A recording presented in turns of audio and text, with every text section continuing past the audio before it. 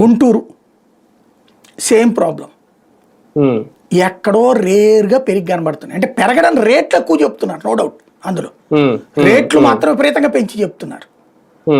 కొనే వాళ్ళ సంఖ్య భారీగా తగ్గిపోయింది, ధైర్యంగా కొనేవాళ్ళ సంఖ్య.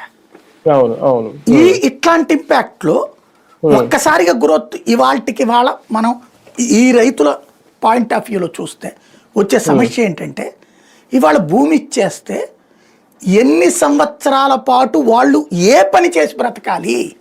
నేను అనేది అది, ఏం పని చేసి బ్రతకాలి? నీ చేతికి భూమి ఇచ్చి నేను కౌలు చేసిన ఒక అర్థం ఉంది.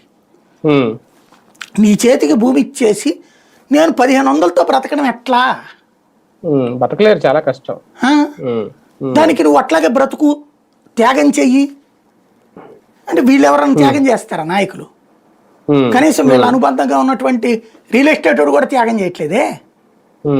రియల్ ఎస్టేట్ వాడు అన్ని వేల ఎకరాలు పెట్టుకుని అయ్యవడు ఎందుకు తీసుకోవట్లేదు? అయ్యేందుకు వాళ్ళు ఇవ్వట్లేదు? ఈ కదా అసలు సమస్య. సార్ ఫైనల్ గా ఇది రెండో విడత భూ సమీకరణ ఒక రకంగా తెలుగుదేశం పార్టీ అయితే అనుకూలంగానే ఉంది, వాళ్ళందరికీ చెప్తోంది మళ్ళీ బాబు గారే వస్తారు ఎట్టి పరిస్థితి. కానీ ఇందులో ఈ భూ సమీకరణకు సంబంధించి ఇంకా జనసేన గాని బీజేపీ గాని ఏం మాట్లాడలేదు, ఎలాంటి క్లారిటీ ఇవ్వలేదు. వాళ్ళు కూడా ఏమన్నా